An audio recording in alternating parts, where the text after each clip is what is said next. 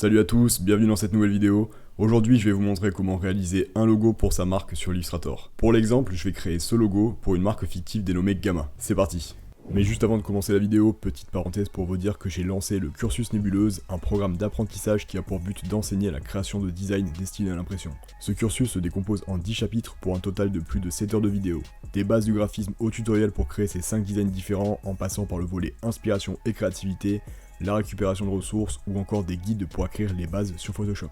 Le but c'est de partir de zéro, quel que soit le niveau de chacun, et d'arriver à un niveau de compétence qui permet de savoir concevoir et créer ce type de design, style streetwear, pour sa propre marque ou pour celle de client. Bref, tout ce qu'il faut pour transformer ta tête en une véritable nébuleuse d'idées.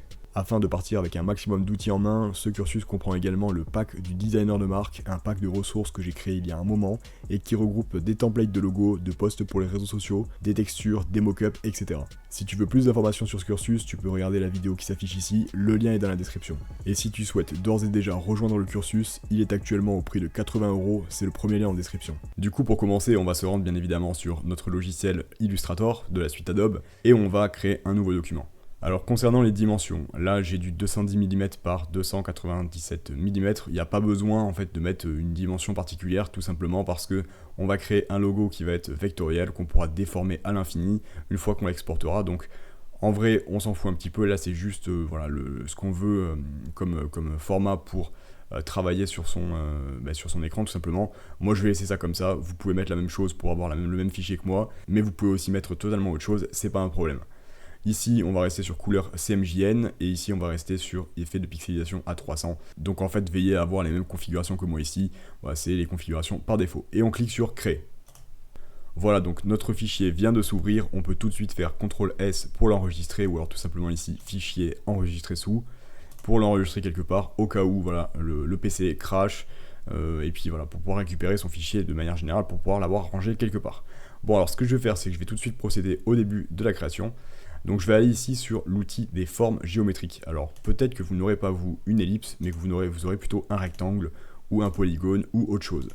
Alors pour changer ici de forme géométrique dans l'outil de forme, il suffit de faire un clic droit ici sur l'icône, donc soit le rectangle, soit l'ellipse, peu importe ce que vous aurez, et vous choisissez la forme que vous voulez utiliser. Nous on va choisir une ellipse parce qu'on veut créer une ellipse.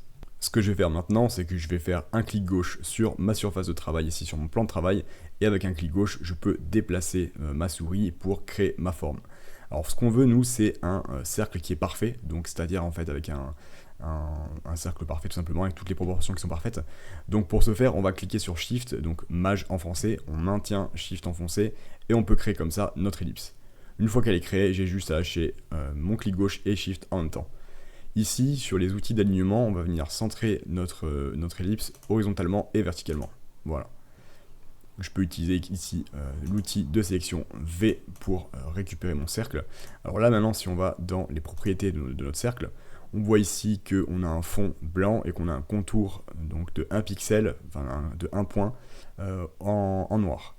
Alors on va laisser le contour, on va par contre retirer le fond. Alors le fond, on pourrait le mettre de la couleur qu'on veut, hein. On peut avoir plein de couleurs ici.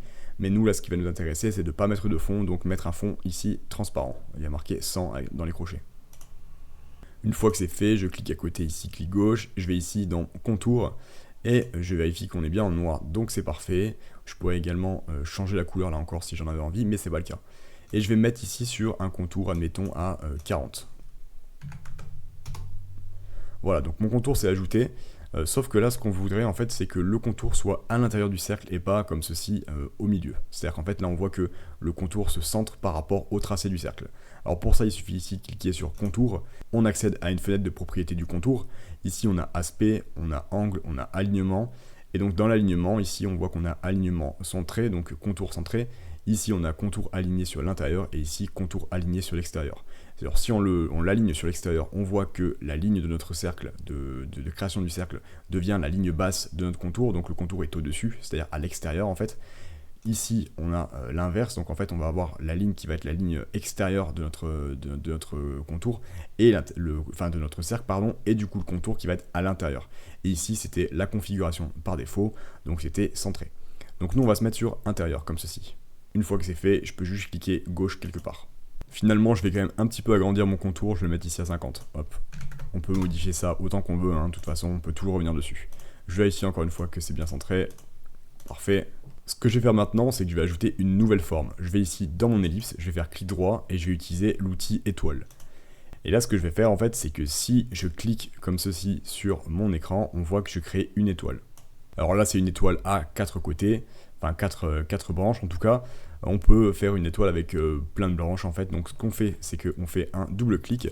Et là, on peut modifier le nombre de points qu'on veut. Donc par exemple, si on veut 8 branches, si on veut par exemple que 3 branches, si on veut à l'inverse beaucoup de branches, on peut en mettre 30, admettons, etc., etc. Alors là, je vais faire CTRL Z pour annuler, parce que moi, ce que je veux, c'est 4 branches. Donc je vais mettre ici 4, et je fais Entrée. Ici, avec l'outil V, je vais venir mettre, du coup, je vais venir centrer mon étoile, et je vais, du coup, faire quelques modifications. En fait, je voudrais l'arrondir. Donc pour ce faire, je vais ici aller dans la deuxième flèche, qui n'est pas la flèche en fait pour sélectionner la forme, mais pour sélectionner les particularités de la forme, c'est-à-dire en gros les points, les courbures, les arêtes, etc. Et donc là, je vais sélectionner un des points ici, comme on peut voir. Alors pas le point lui-même, mais ici le petit rond qui va en fait nous servir à arrondir. Et je vais venir comme ceci, arrondir. Je vais retourner sur ma flèche générale pour récupérer la sélection de la forme en général. Et donc là, je vais vouloir agrandir ma forme, en fait, mon étoile que j'ai créée juste avant et que j'ai arrondi. Et ce que je veux faire, en fait, c'est l'agrandir de façon proportionnelle, donc garder les proportions, et depuis le centre, donc depuis ce petit point au centre. Donc pour ce faire, ce que je vais faire, c'est que je clique sur un des côtés comme ceci, j'appuie sur Shift et Alt, donc Shift, donc Maj, c'est-à-dire Maj, pour garder la proportion, et Alt pour le faire depuis le centre. Et j'agrandis comme ceci ma forme. Je la mets à peu près comme ça. Voilà, là on est pas mal. Alors ce que je vais par contre, c'est que je vais retourner ici dans la section et je vais un petit peu plus arrondir comme ça. Et je vais du coup l'agrandir encore un petit peu. Donc toujours Shift et Maj, hop, comme ça. Voilà. Je vérifie que le contour de ma forme est bien ici sur 50 et c'est bon. Alors ce que je fais maintenant, c'est que je vais décomposer ces formes. Alors qu'est-ce que ça veut dire décomposer? C'est-à-dire qu'en fait, là à l'heure actuelle, ma forme elle est conçue comme ça. C'est qu'en fait c'est ou plutôt pour vous montrer avec le cercle, ce sera peut-être plus parlant. Là notre cercle actuellement, comment il est configuré? En gros, Illustrator nous dit ceci est un cercle, donc avec cette délimitation là, avec un contour à l'intérieur. Nous ce qu'on voudrait maintenant, c'est qu'en fait ce ne soit plus un cercle, donc avec un fond vide, avec un contour, mais que ce soit tout simplement que cette forme-là soit la forme en particulier, enfin la forme à part entière, et qu'elle n'ait pas de propriété autre que la forme en elle-même. Donc ce qu'on va faire, c'est qu'on va aller ici cliquer sur Objet, on va faire ici Décomposer aspect. Et donc là, on voit effectivement que maintenant, ce n'est plus un cercle avec un contour, mais c'est tout simplement ce contour-là, enfin cette forme, c'est la forme à part entière, voilà. Je fais CTRL Z pour la remettre à sa place. Et je vais faire exactement la même chose ici, objet, hop, et décomposer l'aspect sur mon étoile. Ce que je vais faire maintenant, c'est que je vais sélectionner les deux formes. Donc je vais cliquer comme ça, hop, en vérifiant que j'ai bien ici l'outil de sélection qui est sélectionné. Et je vais glisser comme ça, hop, et sélectionner mes deux formes. Une fois que c'est fait, je vais ici aller sur l'outil qui s'appelle outil concepteur de forme. Je clique dessus, et là en fait, je peux supprimer des formes aux jonctions, supprimer des formes en fait aux jonctions des deux formes qu'on a ajoutées, qu'on a intégrées l'une à l'autre, d'où le fait de bien sélectionner les deux formes, sinon ça ne marchera pas. Alors là je vais zoomer un petit peu avec CTRL plus dans l'image, voilà comme ceci, et ce que je vais faire ici c'est que je vais venir donc appuyer sur Alt pour soustraire la forme. On voit que ici, dès que j'appuie sur Alt, on voit que le plus se remplace par un moins. Donc j'appuie sur Alt et je peux cliquer sur cette forme ici, celle-ci, celle-ci, celle-ci, celle-ci, celle-ci et ces deux-là. Donc en fait voilà, ce qu'on peut faire aussi, c'est que quand j'appuie sur Alt, on peut comme ça se déplacer. Et donc en fait, ça va supprimer toutes les formes que le chemin rencontre sur son passage. Voilà. Donc on va supprimer ces deux-là. Donc là, on a cette forme-là qui a été créée. Et donc on commence à avoir quelque chose qui est pas mal, voilà, on voit qu'on a une forme qui est un petit peu originale. Ce qu'on va faire maintenant, on est vraiment à deux doigts de la fin de ce logo. Donc là ce qu'on va faire maintenant, c'est qu'on va cliquer sur la forme intérieure ici, donc qui est en fait notre étoile, en tout cas le reste des branches de l'étoile. On va cliquer sur R pour rotation. Alors là en fait si je fais rien, si je clique pas sur entrée, je peux tout simplement lui faire une rotation. Là ce qu'on va faire, c'est qu'on va cliquer sur entrée pour spécifier un décalage bien précis, donc de 45 degrés. Donc ici on met 45 et on clique sur entrée ou alors sur OK. Et là voilà, notre forme s'est décalée de 45 degrés. Et là on obtient une forme qui est plutôt sympa et qui fait notre logo.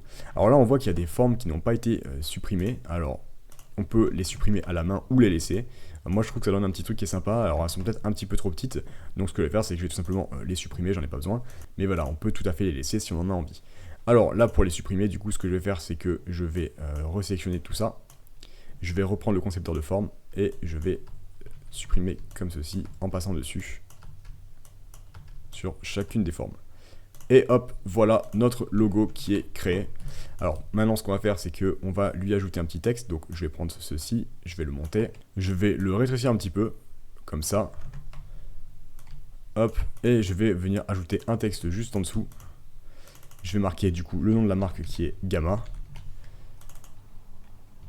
Je vais faire un CTRL-T pour ouvrir le panel de texte. Je vais venir sélectionner une typographie que j'ai ici qui est Airstrike Regular. Hop, je vais sélectionner du coup de nouveau mon outil sélection. Je vais venir l'agrandir comme ceci, mais en gardant les proportions, c'est-à-dire en appuyant sur Shift, comme ceci. Je vais venir le centrer horizontalement et verticalement, le décaler juste un tout petit peu en dessous. Je vais sélectionner tout ça, je vais descendre un petit peu le logo. Alors là, il manque un petit truc en particulier, donc ce qu'on va faire, c'est qu'on va le rajouter tout de suite. On va venir rajouter une petite étoile comme ceci, donc en reprenant notre outil étoile, en traçant notre étoile comme ça. Je prends l'outil de sélection, je vais venir la centrer, hop, par rapport à l'axe comme ceci. Et je vais maintenant le centrer par rapport à notre forme ici. Donc ce qu'on va faire, c'est que je vais sélectionner tout ça, et je vais faire tout ça, je vais le centrer ici, comme ceci et comme ceci. Voilà. Et donc là, on a effectivement notre logo qui est créé. Hein. Je peux faire CTRL- et CTRL+ pour me déplacer. J'appuie sur espace pour faire apparaître la main et me déplacer dans l'image. Et je peux maintenant, du coup, apprécier mon logo. Je peux ensuite l'exporter. Donc pour exporter, c'est ici dans Fichier, Exporter. Exporter, alors exporter pour les écrans ou alors exporter sous. Moi, je conseille de faire exporter sous. Et ici, du coup, je peux mettre le nom que je veux. Donc je peux appeler, par exemple, logo Gamma. .svg puisque on veut le logo en SVG et on clique ici sur exporter. Je clique ici sur OK et c'est bon. Et voilà le logo qui est réalisé, on peut maintenant l'importer sur Photoshop et sur tous les autres supports. Et voilà, donc c'était une vidéo assez simple, assez rapide. J'espère que cette vidéo vous a plu, que vous avez appris des choses, que vous avez repéré un petit peu des méthodes pour créer des choses. En fait, voilà, donc n'hésitez pas à créer différentes formes géométriques et ensuite d'utiliser le concepteur de forme pour soustraire des formes. Ensuite, réagencer ces formes-là et puis voilà, tout simplement obtenir le logo que vous vouliez. Si cette vidéo vous a plu, n'hésitez pas à liker, commenter, vous abonner et activer les notifications pour rester à l'affût des prochaines vidéos qui sortiront très prochainement. Allez, ciao!